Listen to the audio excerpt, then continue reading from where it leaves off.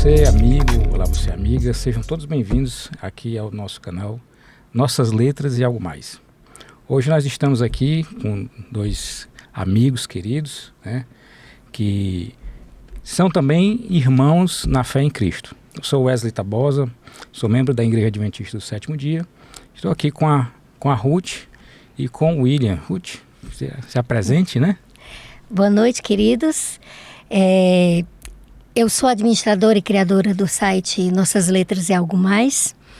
A nossa missão é compartilhar a palavra de Deus e esse momento é para isso, para a gente conversar, né, e direcionando para os temas da lição da Escola Sabatina. Amém. Amém. Boa noite, meu amigo. Boa noite, minha irmã querida Ruth, que eu tenho muito carinho. Boa noite você, ouvinte, amigo, irmão, que por algum motivo está assistindo esse momento com a gente. Eu sou William Christian e assim, sou membro da Igreja Adventista do Sétimo Dia também e eu tenho muito prazer em estudar e compartilhar a palavra de Deus. Fico muito feliz pelo convite. Que bom, né? E aqui nós estamos na lição desse trimestre falando sobre o amor e a justiça de Deus. Livre-arbítrio. Lição 8. Lição 8. Não, estou dizendo a lição do trimestre. Sim. O trimestre. O tema foco, né? Maior. Tema foco. Na 8 nós estamos falando sobre livre-arbítrio, amor e a providência divina. Perfeito. Certo? E aí eu estudando a lição, fazendo a leitura, né? Eu verifiquei que eu acho que talvez o grande desafio dessa semana é exatamente harmonizar esse conceito de um Deus todo-poderoso, né? E soberano, né? Com o conceito de livre-arbítrio e amor e providência divina, entendeu? Uhum.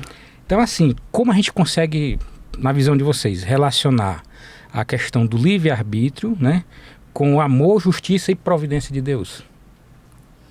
Pronto, aí, assim, a gente vai ter vários aspectos, né, relacionados. Acho que a gente vai ter que primeiro entender o que a Bíblia fala a respeito sobre a soberania de Deus, né, para a gente poder entender como ele processa essa questão do livre-arbítrio em relação à soberania de Deus. O fato dele ser soberano significa que Deus ele está no controle de tudo. O fato dele estar no controle de tudo não significa que ele vai controlar tudo à maneira dele. Sim. Isso é interessante porque se você der uma olhada, por exemplo, em Salmo 81, versículo 11, Sim. versículo 14, eu vou puxar aqui a minha Bíblia que está mais fácil, online, diz assim: mas o meu povo não quis me ouvir, Israel não quis me obedecer, por isso os entreguei ao seu coração obstinado para seguirem os seus próprios caminhos. Ah, se o meu povo me ouvisse, se o meu povo me obedecesse, ele diz, e seguisse os meus caminhos. Ou seja, mesmo Deus sendo o Todo-Poderoso, mesmo ele sendo soberano, estando no controle, tendo criado as coisas com a sua palavra, como a palavra de Deus diz, Salmo falou e tudo se fez, mandou e tudo apareceu, ainda assim o povo dele não quis ouvir e muitas coisas aconteciam, não porque ele queria, mas porque o povo tinha a opção de escolher. Um outro texto interessante, que eu vou ler aqui bem rápido também, diz assim: pois eu clamei e ninguém respondeu. Isaías 66, verso 4. Falei e não escutaram, mas fizeram o que era mal aos meus olhos e escolheram aquilo que eu não tenho prazer. Ou seja, Deus dizendo que os seus filhos escolheram algo que ele não tem prazer. Ele é soberano, mas apesar de estar no controle de tudo, ele não controla a vontade dos seus filhos. Dos seus filhos. Não existe amor sem liberdade, não existe. E Deus, ele não tem amor, Deus é amor.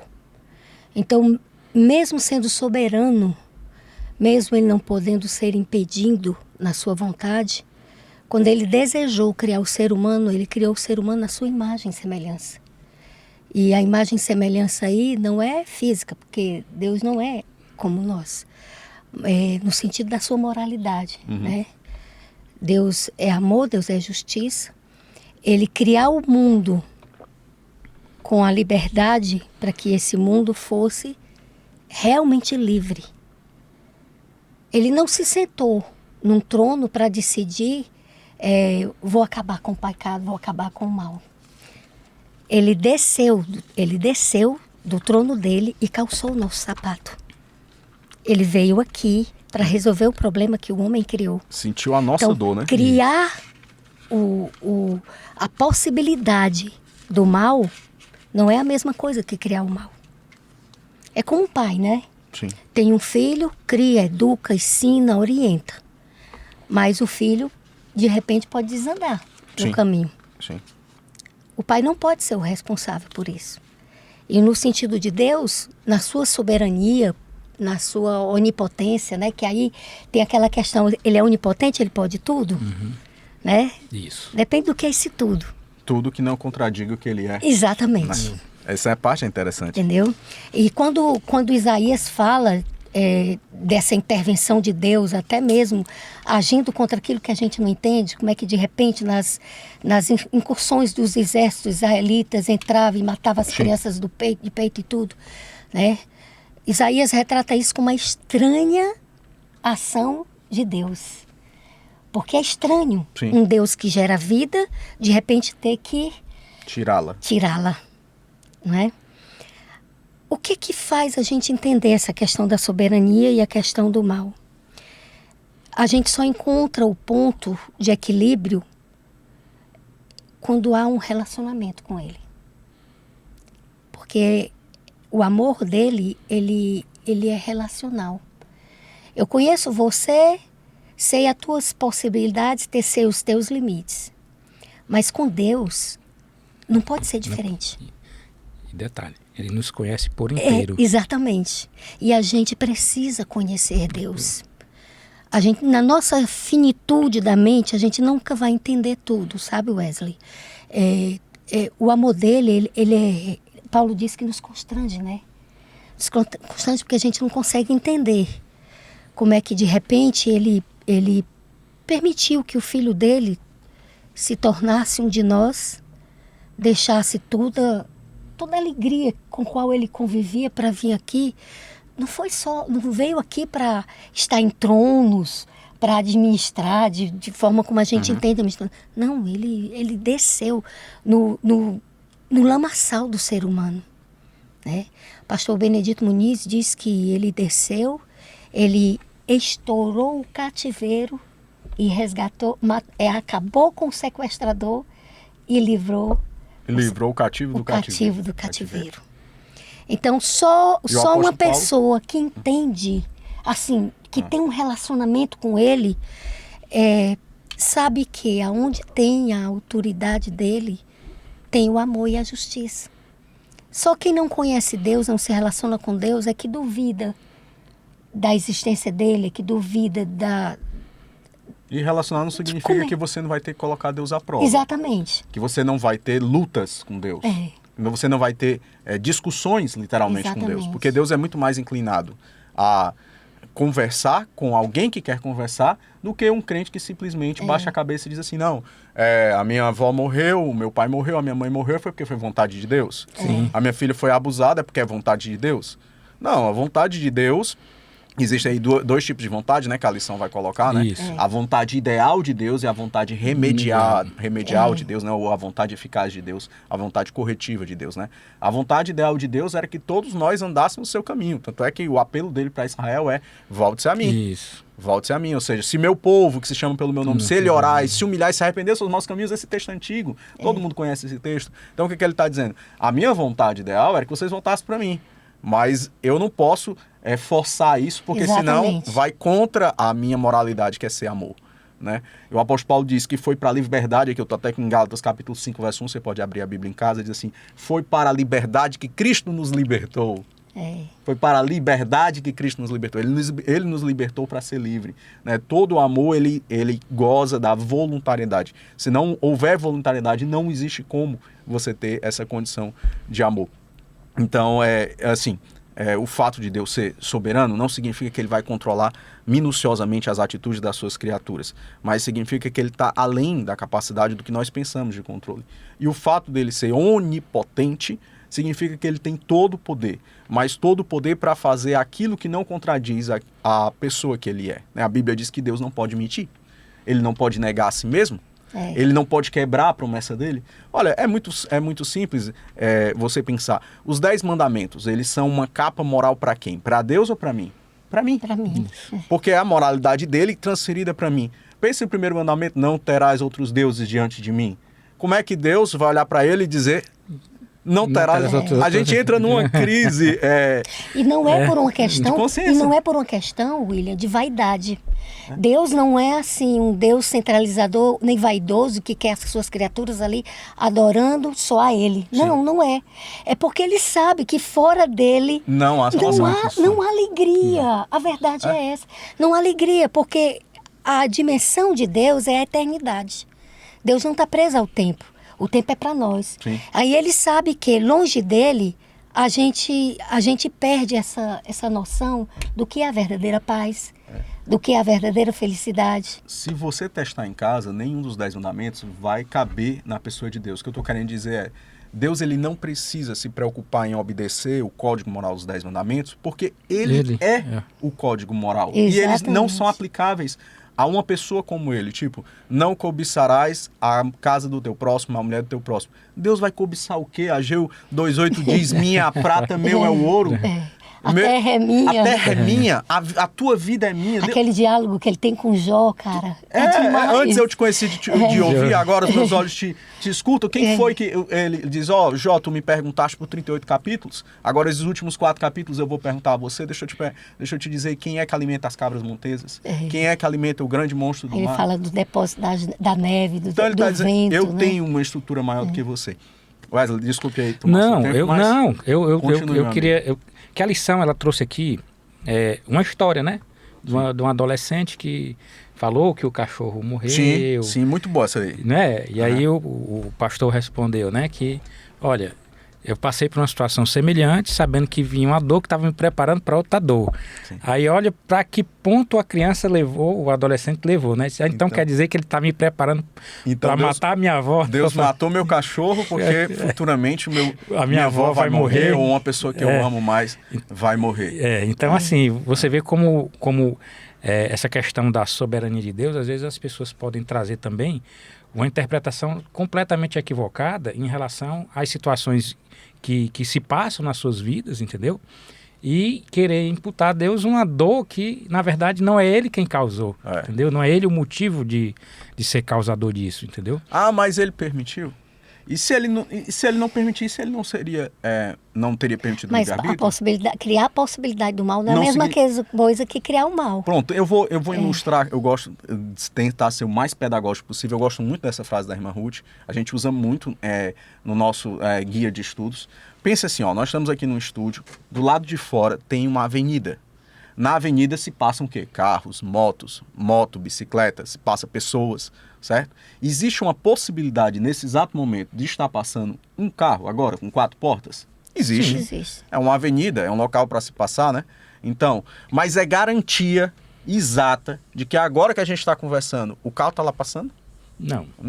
Pode ser que a gente vá olhar lá fora e não tenha carro nenhum passando. O sinal está fechado, não tenha carro nenhum passando. Mas existe uma avenida, então existe uma porta para lá. Existe um caminho que pode ser levado para lá. Abrir a possibilidade do mal não significa dizer que Deus criou, produziu esse produto, né, do mal, mas que deixou para que os seus filhos pudessem escolher caminhar pela direita ou caminhar pela esquerda. Ou seja, ir para um local do mal ou ir para um local do bem. Sem conotações políticas, o pessoal não achar que a gente está falando de direita e esquerda.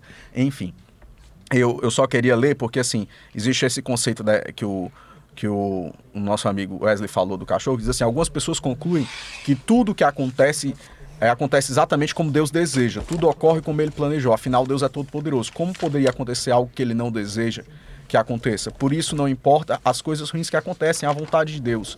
Pelo menos é o que a teologia ensina. Tipo, que tipo como se Deus, assim, ele tivesse despretensioso. Você está sofrendo, é porque Deus quer. Você está chorando, é porque Deus quer. Você está desempregado, é porque Deus quer. Meio que Deus, assim, é aquele pai que não está presente, que não está muito preocupado com o filho. É tudo vontade de Deus, é tudo desejo de Deus. E aí a gente vê que existe a vontade ideal e a vontade corretiva. Isso. E no meio disso existe os filhos que têm um livre-arbítrio. Eu depois tenho outra ilustração, mas eu vou deixar seguir, para a gente poder continuar. E aí, aqui a lição, seguindo aqui a lição, né? Ela vai falar do tema do amor de Deus, né? Sim. Amar a Deus, entendeu? E claro que ela sempre vai trazer e voltar para o tema do livre-arbítrio, né? Porque assim, Deus, ele obriga as pessoas a amá-lo? Não. Não. Né? Entendeu? Então, como a gente pode relacionar esse amor que a gente tem por Deus, né? Como a gente relaciona ele com o nosso livre-arbítrio, né? No seguinte sentido, digamos que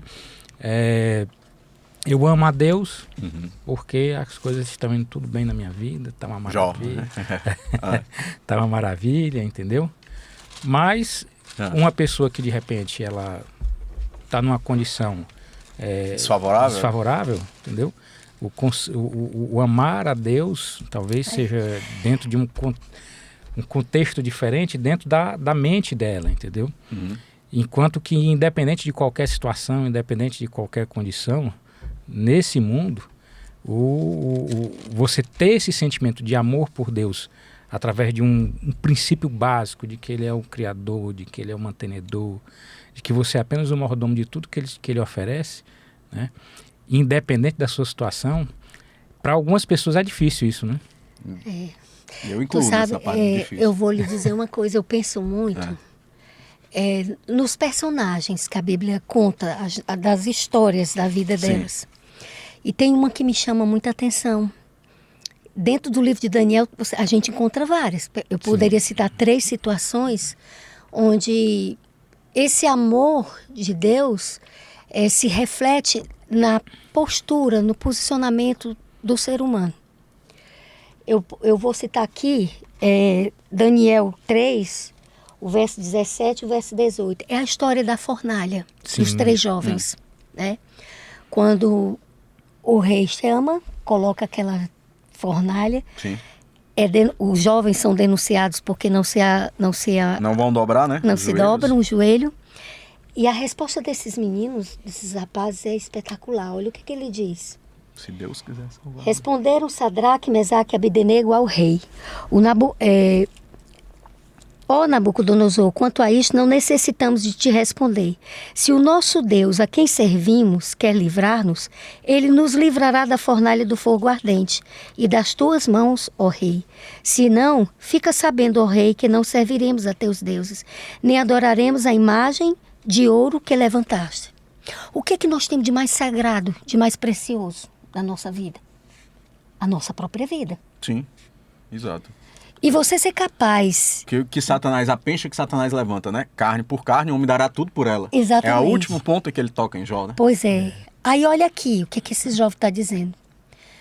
Se Deus quiser... Se Deus quiser salvar... Ele vai salvar. Se ele não quiser, a gente também não vai deixar. Me diga, isso não é completa submissão à vontade de Deus?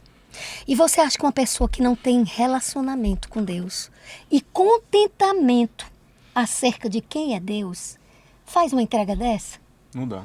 Não dá. Então você você tem discernimento do amor de Deus quando você se relaciona. Não tem por onde. A mesma coisa aconteceu na cova dos leões, com Daniel. Ele se desesperou quando ele viu que o rei assinou. O que foi que ele fez?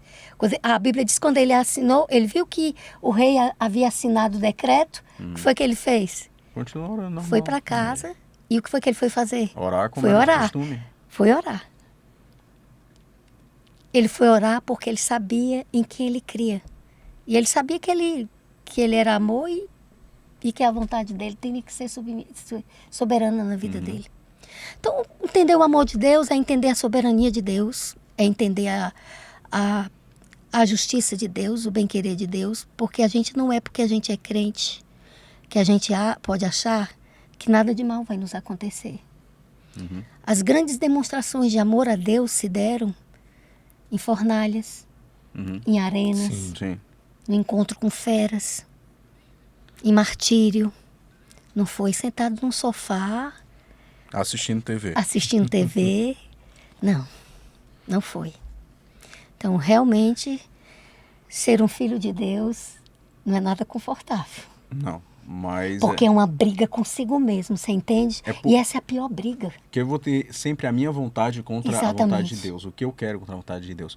Eu queria falar uma ilustração que eu acho interessante, que me ajuda muito a entender essa questão de soberania e de controlar e não controlar a vontade humana. Então, assim, que às vezes pode parar uma dúvida. Não sei quantos aqui nos assistem que é pai ou que é mãe. Não é o meu caso, mas eu lembro muito do meu pai. Você imagina que você leve o seu filho, pequeno ali na idade dos seus 4, 5 anos, para brincar num parquinho. Um parquinho que tem ali uma caixa de areia, tem um escorregador e tudo mais. E você deixa o seu filho brincando no parquinho. E você ali está conversando com a sua esposa, está conversando com algum amigo. Você deu ao seu filho a autonomia para ele brincar dentro daquela área lá do parquinho. Imagina um parquinho aí, eu vou até facilitar, um parquinho que é murado, é gradeado ali, você está confortável. Talvez no seu condomínio, talvez próximo à sua casa, um local agradável. Você sabe o quê? Que o seu filho ele pode brincar ali dentro do parquinho. Talvez você não consiga evitar que ele coloque uma colher de areia na boca. Talvez você não consiga evitar. Talvez você não consiga evitar que ele puxe o rabo de um animal ou faça alguma coisa, ou uma brincadeira até um pouco difícil, assim, mas, como é que a gente diz? Uma brincadeira que coloque a vida até em risco, dependendo se o menino ele é mais traquino, ele é mais agitado, e, sei lá, pular de cima de uma área do parquinho, e aí corte aí o lábio, que acontece muito com criança, ou machuque o roxinho, ou machuque o braço. O que eu estou querendo dizer? Você não vai conseguir evitar que o seu filho faça coisas que necessariamente para você não é desejável. Mas você tem total capacidade, poder e autonomia para você chegar lá no parquinho e tirar ele a hora que você quiser. Tanto é que quando ele começar a chorar, já acionou o problema. Eu tinha uma colega que ela tinha 3 filhos em casa e ela disse que teve que sair do hospital para poder cuidar das crianças no período da pandemia. E ela fez um acordo com o marido, ó, eu vou cuidar das crianças, mas você tem que me ajudar, você tem que trabalhar dobrado para poder eu ganhar também. E ela disse que não via a hora de acabar a pandemia, porque os meninos eram bem agitados. Ela disse assim, a gente só vai intervir quando eles estão brincando se sai sangue. Aí de repente um veio com a cabeça cortada, porque estava brincando demais. O que eu estou querendo dizer? Do mesmo jeito é com Deus. Ele tem total soberania para agir na nossa vida em qualquer momento. Mas ele deixa que eu tome as minhas escolhas, que eu tenha o meu livre-arbítrio, que eu engula um pouco de areia, que eu tenha algumas brincadeiras arriscadas. E na hora que eu chorar e na hora que você chorar, com certeza o pai vai ouvir a voz. Com certeza o pai vai ouvir a voz. Você me lembrou de uma história da minha filha, quando eu adotei ela, com 5 anos. Ela tinha 5 anos quando eu adotei. Então ela veio cheio de problemas, de dificuldade de seguir regras. Sim. Ela dizia, aqui nessa casa tem muitas regras. Ela dizia, né? E eu sabia que ali eu ia ter que trabalhar essa questão da lei, da regra, né? Aí um dia, e ela era muito teimosa, aí eu disse pra ela assim, eu vou aqui tomar banho. Panela tá no fogo, tá quente, queima. Você não vá tocar nessa panela porque ela tá quente. Foi mesmo que eu disse assim, vai lá e toca. Pronto. Entendeu? É igual eu disse assim, não vá na árvore do conhecimento do bem e do mal, né? Meninos, eu sabia que ela ia tocar. Eu sabia que ela ia tocar na panela. Mas você tinha que deixar. Mas eu tinha que deixar para ela aprender que doía, que dói. Ia doer, se ela tocasse uma panela quente, ia doer. Eu fui e fiquei na porta, assim, escondida atrás da porta, só esperando o grito. E não deu outro. Ela deu um grito. Quando eu fui olhar, eu disse, você tocou, né? Toquei. Doeu? Doei. Aí a regra era ruim, a regra? Ela não. Eu disse, pois então é para isso que existem regras. Muito bom isso. Muito pedagógico, muito pedagógico. Essa questão aí é interessante que o William tocou. Né? O Leonardo, meu filho, pequeno, né? Ainda estudava estudando. E aí ele chegou um dia para mim, né? Ele disse, pai, dá para o senhor me dar um dinheiro para eu comprar meus lanches lá, todo dia no colégio? Eu disse, aí eu disse, ó, vamos fazer uma conta aqui, né? Aí eu olhei e disse, você tem tudo, você já sai tomar café e tal, você quer só um lanche? Quanto é que é o lanche? Na época, é no máximo 5. Então 5 vezes 5, 25. Pronto. Tá aqui R$25. Para você administrar. Para você administrar, para você fazer seu lanche de segunda a sexta-feira. Aí quando foi na terça, ele chegou para mim à noite, né? Pai, dá pra tu me dar dinheiro pro lanche? Eu disse, mas eu não te dei os 25. Eu não te dei a semana. Não, mas é porque eu gastei em 2 dias, né? Gastei na segunda e na terça. Na segunda e na terça. Tinha muito? Bem, eu não soube, né? A minha, como assim, na minha natureza de pai, a gente pensa assim, eu não vou deixar ele passar uma necessidade. Ficar com fome, ele vai passar claro. Mas na mesma hora... Ainda que não seja fome, porque ele tem tudo. Porque ele tem tudo, Porque ele tem tudo. Ali era só o período do lanche, né? Mas aí o que foi que eu disse? Eu disse, olha, é o seguinte, eu lhe dei o da semana. Você gastou em 2 dias, não tem problema. Só que agora, quarta, quinta e sexta, você não vai lanchar. Sim. E aí agora você vai aprender que o que é pra semana vai ser pra semana. Confesso a você, eu ia deixar ele no colégio e eu saía com o coração apertado, né? Porque, sabendo, né? Sabendo que ele ia ficar sem lanche até a hora de acabar a aula. Entendeu? Mas como pai, eu fiz isso. Foi o que aconteceu. Na outra semana, eu dei os 25 na segunda. Sim. Deu certo. Ele não gastou os 25. Ainda sobrou um troquinho, né? Olha aí. Na sexta-feira. É educação financeira, entendeu? Então, assim... Olha, se dentro da minha natureza como pai, a gente pega e toma uma atitude dessa, você sabendo que com seu coração... Pedagógico, sangrando. Sangrando. Mas para quê? Para você entender, para você mostrar ao filho, entendeu? O ensinamento. Não é à toa, né, que a Bíblia conta que Enoque, depois que foi pai, ele passou a andar mais com Deus, né? Porque ele entendeu como é que era a relação de pai e filho, né? Sim. Ele entendeu. Então, é isso que eu vou voltar para aquela tecla inicial, sabe? É o relacionamento. O relacionamento, ele tira muitas dúvidas, entendeu? Você não pode amar uma pessoa, você não pode entender uma pessoa, se você não conhece essa pessoa. E o conhecimento, ele vem do relacionamento. E o relacionamento então, tem que ser diário, se eu me relaciono com ele, eu vou entender as circunstâncias e não vou amá-lo pela circunstância ou rejeitá-lo pela circunstância. Eu vou amá-lo por quem ele é. Então, como eu sei que Deus é bom, que Deus é amor, que Deus é justiça, quando vier as circunstâncias ruins, o que é que eu vou fazer? Eu tenho que fazer como Daniel fez. Eu vou apelar para ele. Eu vou pedir a ele, me dê sabedoria, me dê força, me dê coragem, para que eu possa passar por isso daqui. Porque eu entendo que a própria Bíblia não diz, né? Vem a dor, mas Deus afofa, né? Sim, sim. Deus afofa. Eu vou pedir para que ele me capacite a passar por aquilo ali. Porque com certeza, todos nós temos nossas dificuldades. Sim. E depois que a gente vence uma dificuldade, a gente está mais forte ou está mais fraco? Tá a fé ampliada e aprofundada. Pois é. É por isso que ele permite. É por isso que ele deixa que eu possa brincar no parquinho e cortar talvez o supercílio. Você acha que ele deixa que eu gaste o meu dinheiro todo de uma maneira despretensiosa. Ele deixa que eu queime a mãozinha ali no fogo.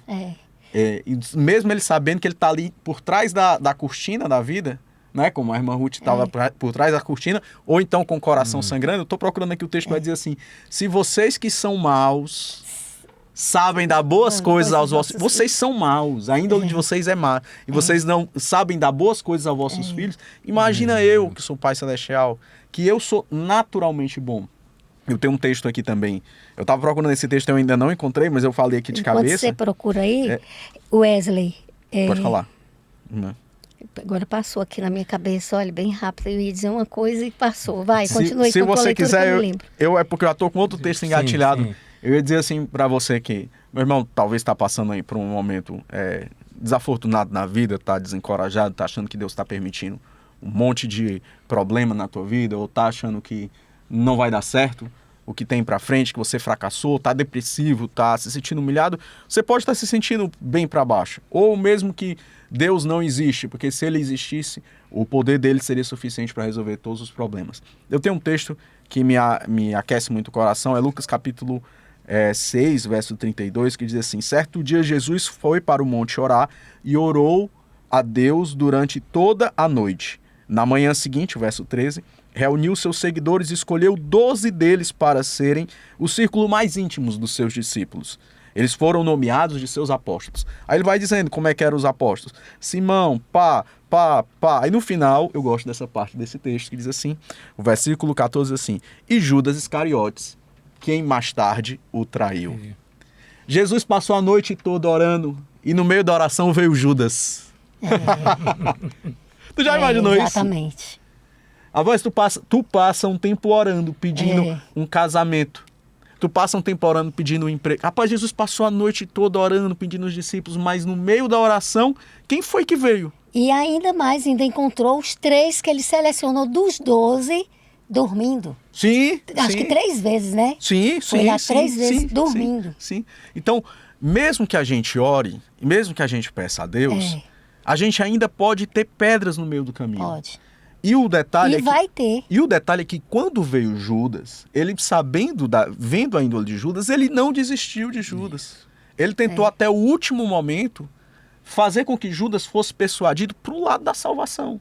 Que ele fosse predestinado a ser salvo. Né? Destinado anteriormente a ser salvo. E é interessante você colocar essa questão da predestinação. É bom que a gente fale um pouquinho sobre isso. Né? Mas antes, deixa eu te dizer uma coisa. Você acha que Deus, Abraão e Ló, sobrinho e tio, Deus pediu a Abraão o filho, a vida do filho. Você acha que ele pediria a mesma coisa a Ló? Jamais. O cara quis entregar as 2 filhas para a cidade inteira, fazer o que quiser com elas. Jamais Deus pediria esse tipo de coisa a ele. Deus sabe o que ele permite acontecer na vida de cada um de nós. Muito boa, irmã. E aquilo que a gente é capaz de suportar. Entendeu? Ele não vai pedir nada além do que a gente possa viver. Não vai. Incrível, viu? Jó, ele só deixou Jó passar porque ele sabia quem era Jó. E olha, que no final Jó ainda tem aquela coisa de dizer, eu pensei que eu te conhecia. Ele achava que nem conhecia e teve a fé que teve para viver o que viveu. Depois que ele Mas foi a dificuldade que trouxe a amplidão. É a questão do relacionamento. Na dor, na alegria, né? Aí voltando à questão da predestinação. Pronto, né? Predestinação. Nós temos uma Coloquei só para poder... Uma relação muito grande de cristãos, né? Que acredita que a graça ela é irresistível, né? Que a graça é irresistível. E acredita que Deus vai lá, seleciona.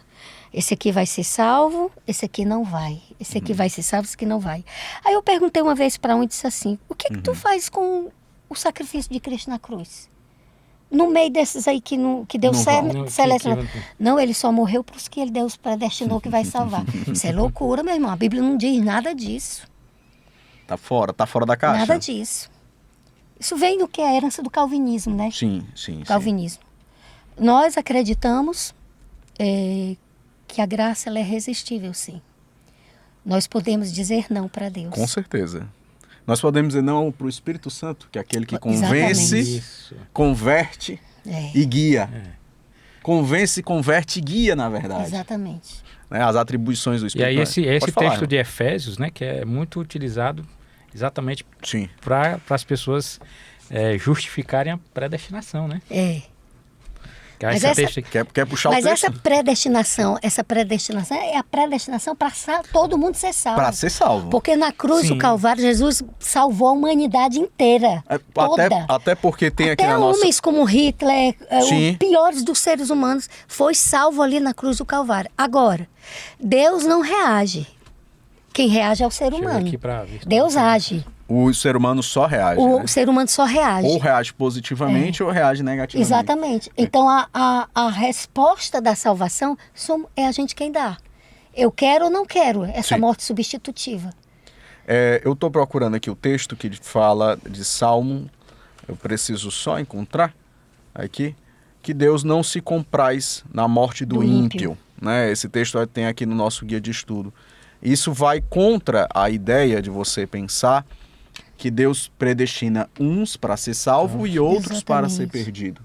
O outro texto também diz que Cristo resistiu, ele tentou, ele lutou, ele tentou persuadir Judas até o momento final. Lá em João capítulo 13, você vê na última ceia que ele tentou fazer com que Judas... Até na hora da traição. Não cedesse aos encantos de Satanás. Você vem para mim com um beijo, né? Você me trai com um beijo. É assim que você vai entregar ao seu amigo, então... A predestinação é destinar previamente. É como, previamente, eu recebi um convite do Wesley para estar aqui. Mas mesmo recebendo o convite, sabendo o tema que nós íamos tratar, Nós não sabemos exatamente todas as palavras que iam ser colocadas, ou quantas palavras iam ser colocadas. Então, do mesmo jeito, mesmo que Deus predestine, ele tem aberto uma porta, um caminho, e esse caminho eu vou escrever com C maiúsculo, de lembrar a religião do caminho. O caminho era Cristo, né? O caminho era Cristo, que lá eu vou para Atos capítulo 9, que ele diz, tu persegue o caminho, né? Que Saulo perseguia os seguidores do caminho e o próprio caminho, que era Cristo. Então, esse caminho que foi aberto para Deus é esse caminho que chama o caminho da salvação. A predestinar para a salvação é dizer, agora existe um caminho que liga o homem que pecou a um Deus que oferece a salvação. É essa a ideia de predestinar, deixar um caminho aberto. Quem quiser passar, vai ter os aparatos divinos, as ferramentas divinas para poder passar, para suportar e conseguir passar. Quem também não quiser passar, infelizmente, Deus não vai conseguir forçar. Uma das coisas que ele não pode fazer. Não, e outra coisa, Deus não vai expulsar ninguém da eternidade, não. É o próprio ser humano que se expulsa. Isso, exato. Que se coloca porque fora, ele não vai se sentir feliz no céu. É o livre-arbítrio. É o livre-arbítrio. É o livre-arbítrio, né? Exatamente. Eu me lembrei agora, eu atendi uma senhora lá no escritório, e ela é evangélica, né? E ela chegou lá um dia e, bom dia, doutor, bom dia, né? Aí eu disse, tudo bem com a senhora? Tudo. Aí ela disse assim, tão bom que Jesus voltasse logo. Eu disse, sim, seria maravilhoso se Jesus voltasse logo. Ela disse, e eu conversando com o irmão lá na igreja, ele disse assim, irmã, deixa ele demorar mais um pouquinho, que tá tão bom aqui. Meu Deus do céu. Eu preciso de adaptar com as coisas do céu, né? Exato. Se eu não aspirar as coisas do céu, é aquela mesma história. Às vezes a gente conhece pessoas que namoram muito tempo, mas na hora de casar, quando casa, logo se separa. Porque o namoro, a convivência não era tão intensa como no casamento.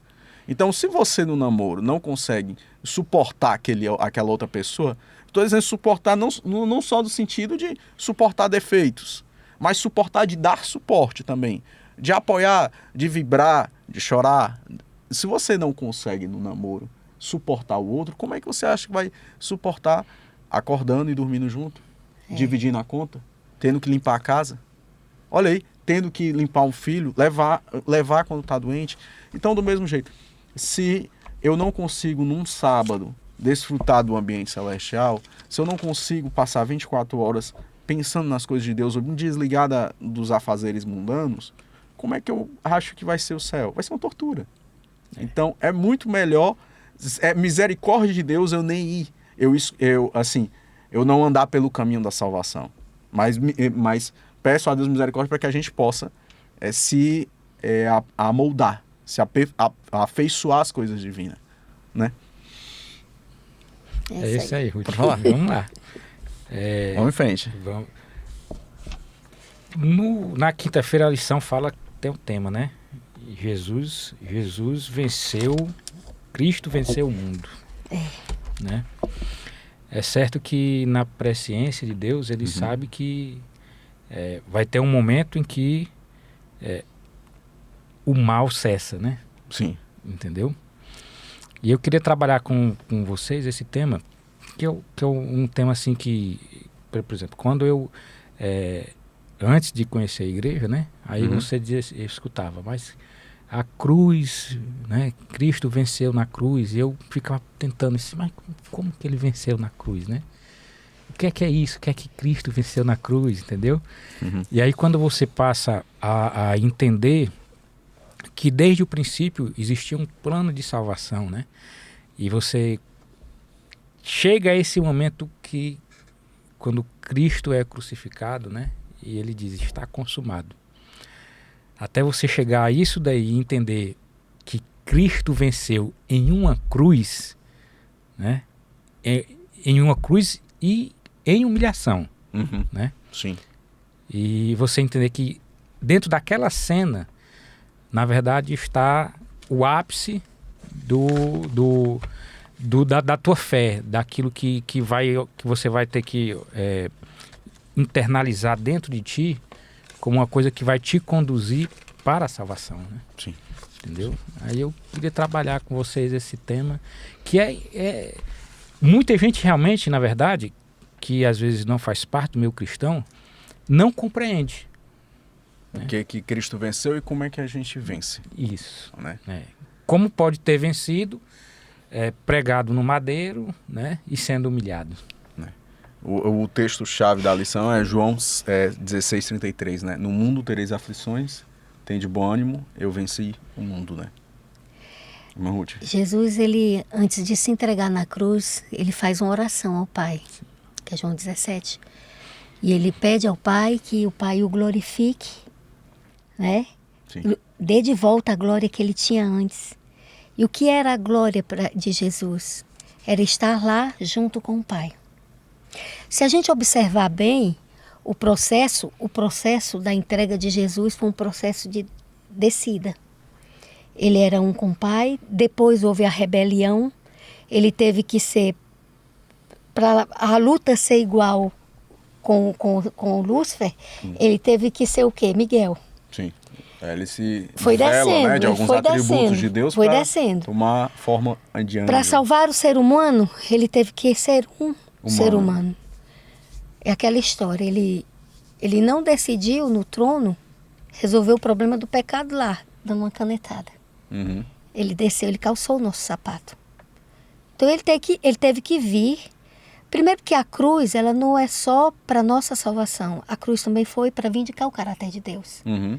Né? O grande réu, né? Exatamente. Então ele vem como um ser humano, ele revela quem é o Pai, o caráter do Pai. Ele não poderia pecar, porque ninguém poderia convencê-lo de pecar. Ele tá na Bíblia, quem me convence do pecado, né? Uhum. Onde foi que ele venceu? Foi onde nós caímos. E onde foi que a gente caiu? A história vem desde Gênesis 3. Concupiscência dos olhos, soberba da vida. Eva decidiu, Eva olhando o fruto, decidiu o fruto, porque ela queria ser mais do que Deus em entendimento, em sabedoria, ser como Deus. Uhum. Né? Aí Jesus vai lá para o deserto, Mateus 7, né? Não, Mateus 4, né? Mateus capítulo 4. 4. Vai para o deserto. Quais são as tentações de Jesus? Ele passa pelas mesmas tentações de Eva e de Adão, mas ele é tentado como Deus. Claro. Ele pede o quê? Qual é o primeiro pedido de Satanás? Transforma alimentação. Essa pedra em pão. Vamos para o que é mais 40 mais dias primitivo. em jejum, 40 dias em jejum. Ele foi aonde era a necessidade de Jesus. Jesus venceu a questão do apetite. A temperança. Onde Eva caiu. Sim.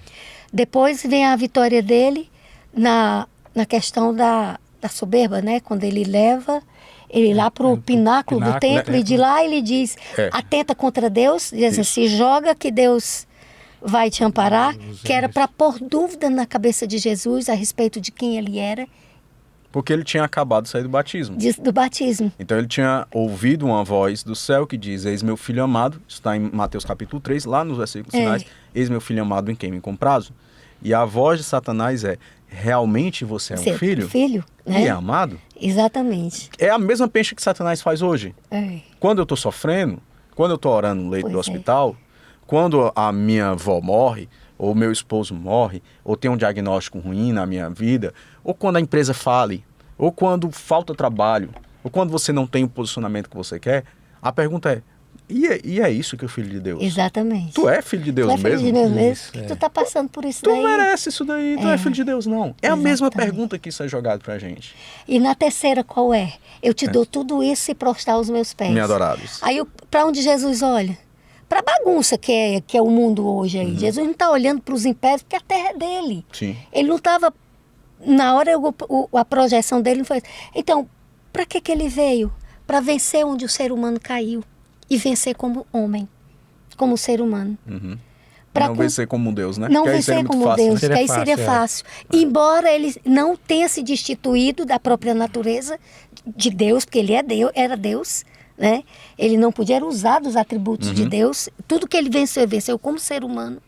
Então, para poder realmente nos trazer de volta. Porque o que aconteceu com o pecado? O pecado, ele nos arrancou dos braços de Deus, da ética de Deus. Mas a graça que a cruz proveu, ela nos trouxe de volta para Ela nos Deus. atraiu.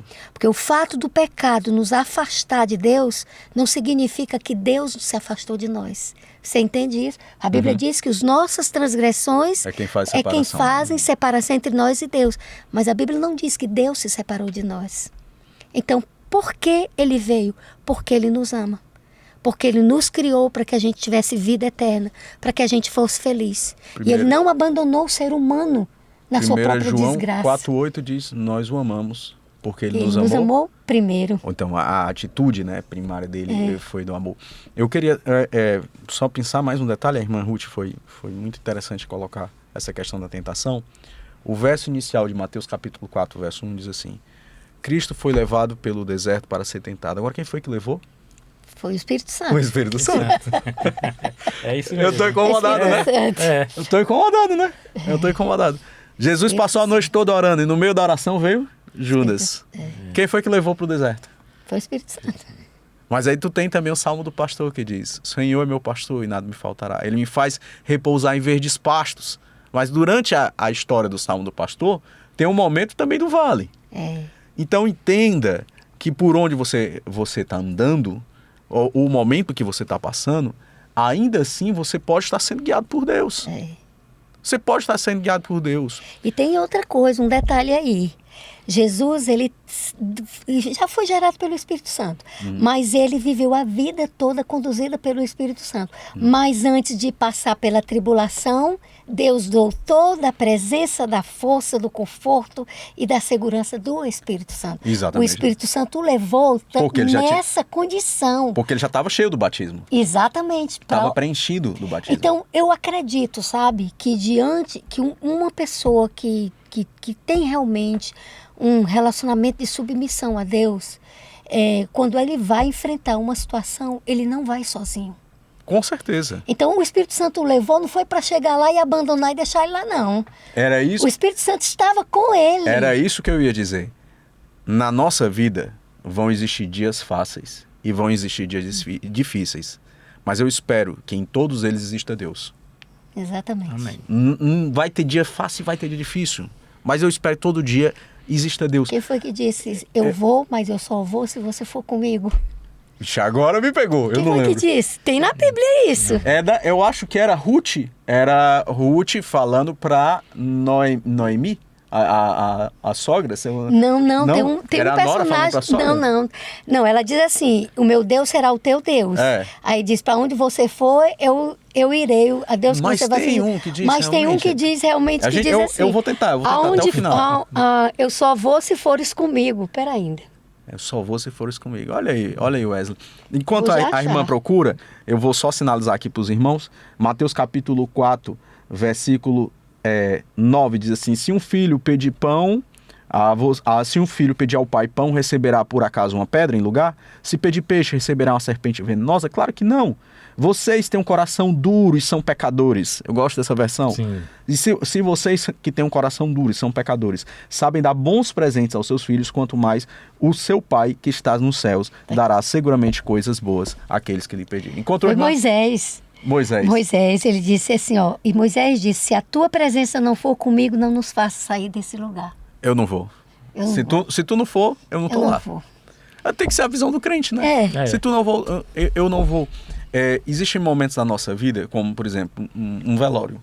Um velório. De uma pessoa muito querida. Sei lá, um pai, uma mãe, um cônjuge, que morreu de uma maneira dramática. O que você vai dizer para confortar? Não tem o que dizer, irmão. Não tem. Não tem palavra para É dizer. verdade. Então tu chega lá, o que tu vai fazer? Tu fica do lado, muitas vezes só calado, No silêncio. ou dá ali um abraço no máximo. Por quê? Porque só vai dizer assim, ó, cara, Wesley, não dá para te confortar o que aconteceu. Assim, eu não tenho palavras, só Deus dá conforto. Mas, cara, eu tô aqui. O que tu precisar, assim, que eu puder te ajudar. Humanamente eu tô aqui. Humanamente aqui, eu tô contigo. Eu tô contigo. Não é muito bom você ter um amigo, um esposo, uma esposa que tá contigo em todo momento? Cara, se você tiver dinheiro, tá contigo. Se você tiver desempregado, tá contigo. Se você tiver morando numa mansão, tá contigo. Se você tiver com o carro quebrado, tá contigo. Eu acho interessante, eu tenho experiências assim, hoje, graças a Deus, eu tenho uma condição financeira muito favorável, não tenho o que reclamar. Mas a minha esposa já dividiu um sanduíche comigo na época do namoro, porque era o que dava. Tu tá entendendo? Era o que dava. E nem por isso ela deixou de ser minha esposa, nem deixou me amar mais ou menos por causa disso. O que é que eu tô querendo te dizer? Eu tô dizendo, Cristo foi levado pelo Espírito Santo para ser tentado. Quem é que vai estar contigo no deserto? É Deus. Se ele for o meu amigo, ele vai estar comigo. A gente sempre leva assim, o Espírito Santo levou Jesus para o deserto. Mas, cara, a ideia é outra. É a companhia dele que outra. A companhia que era o mais importante. Não era o deserto. Ele não estaria só. A gente olha o deserto, mas o mais importante não era o deserto, era a companhia de quem estava. Com quem estava. É aquela promessa que ele faz a Josué. Em Josué 1:9, né? Ser forte e corajoso, né? Eu serei contigo, como ele diz assim, não te espante, porque o Senhor teu Deus é contigo, por onde quer que for. Onde quer que for, eu acho que esse é um grande desafio nosso, né? Porque assim, você citou exemplos da esposa, de um familiar, sim, que você sentir essa presença, né? Te conforta, né? Claro. Te conforta. Claro. Mas assim, por que é o grande desafio nosso? É a gente acordar e fazer como Moisés, né? Olha, eu vou sair de casa. Se tu não for, eu não vou sair não. Eu não vou sair não. Eu vou, Senhor, eu vou agora falar com um juiz. Ou eu vou agora para uma sala de cirurgia. Eu vou agora fechar um contrato. Eu vou agora desfazer um contrato. Eu vou vender um carro, eu vou vender uma casa. Se tu não for, eu não vou não. Eu mostrei para a Ruth uma experiência que eu passei agora. Tem mais ou menos um mês, né? Eu até mandei para ti. Claro, não é pretensão nossa de dizer que a gente é perfeito. Claro. Jamais, né?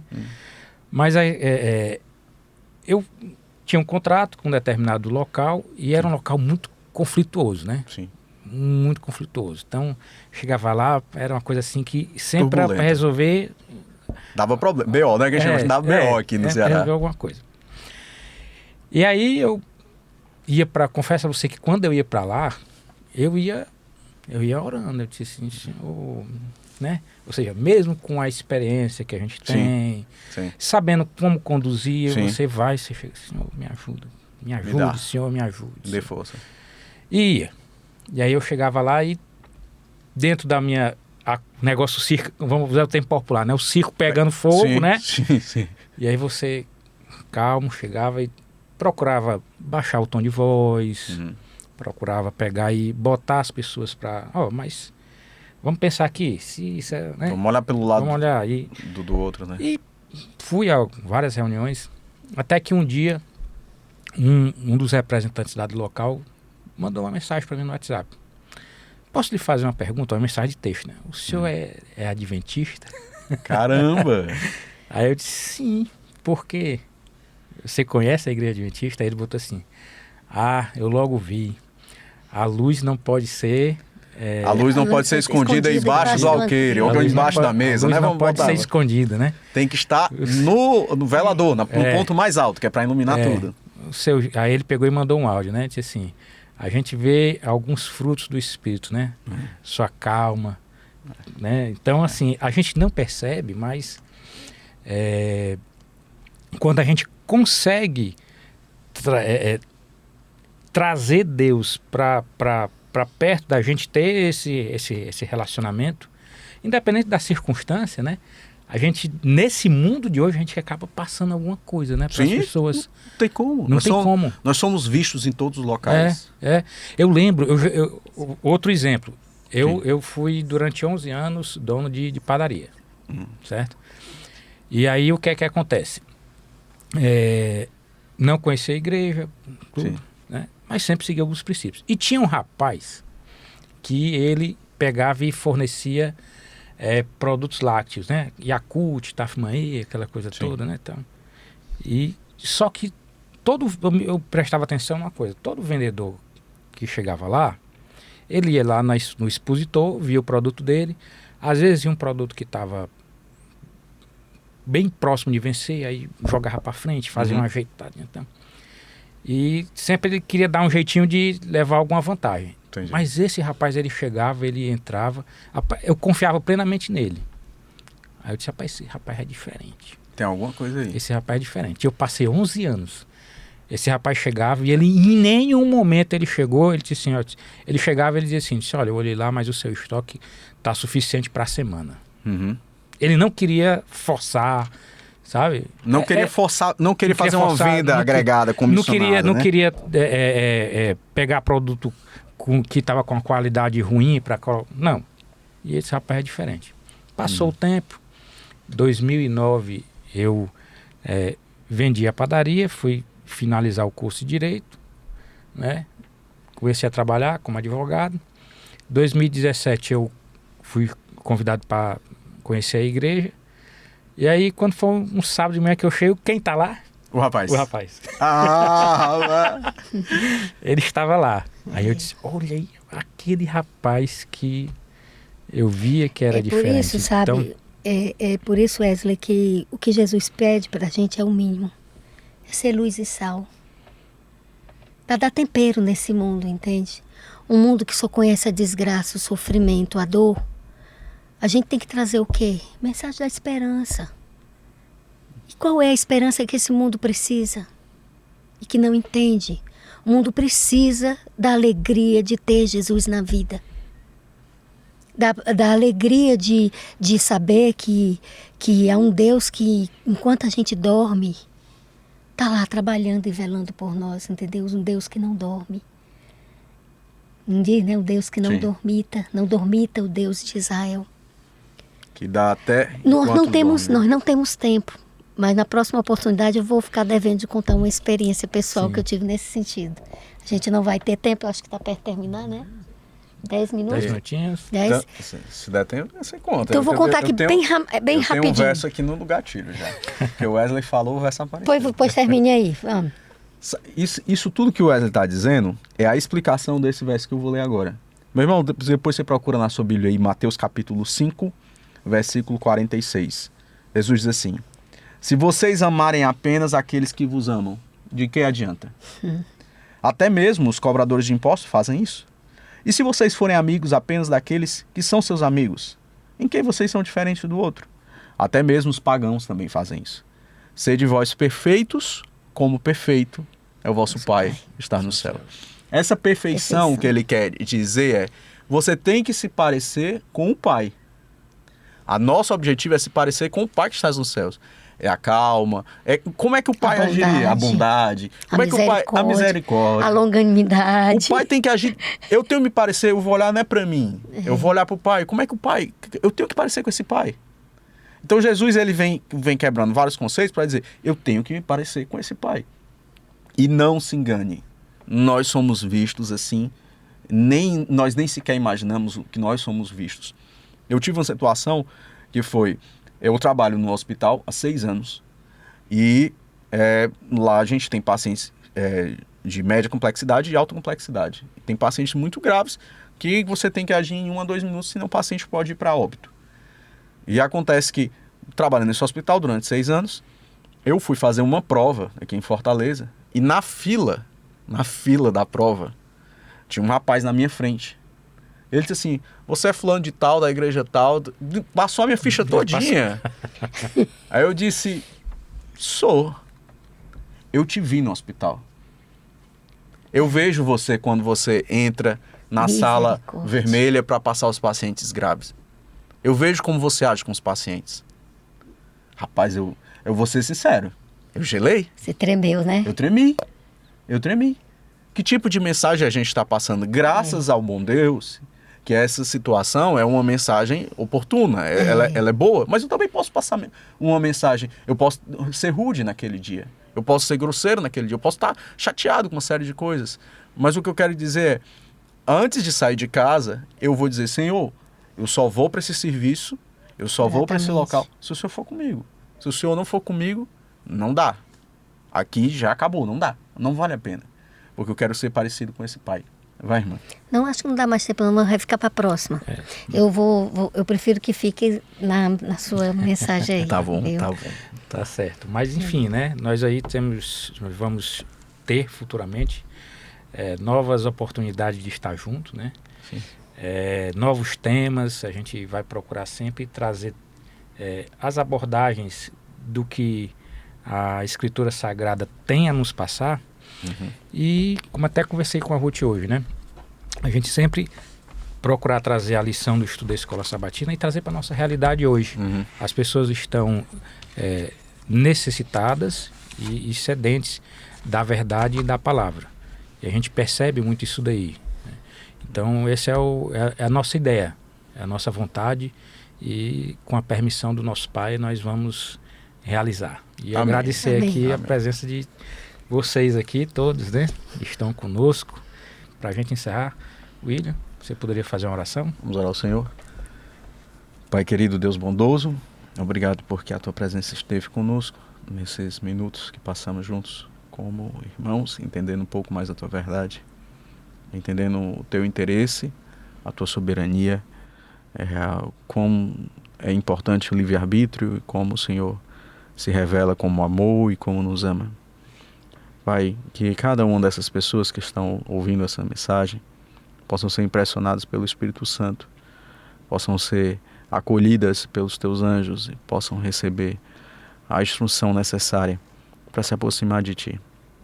São filhos e filhas do Senhor que têm momentos de dificuldade, têm momentos de dor, mas que a gente possa todos os dias conseguir desenvolver uma experiência real e genuína com Cristo. Amém. Amém. Jesus. Que a bênção do céu possa descer sobre esse projeto, sobre esse sonho, que tenhamos certeza que saiu do teu coração, que o Senhor possa nos permitir outros momentos, outros encontros, que a tua palavra seja ampliada e aprofundada na nossa vida para praticarmos o que te agrade e não o que nos agrade. Em nome de Jesus. Amém. Amém, Senhor. Amém.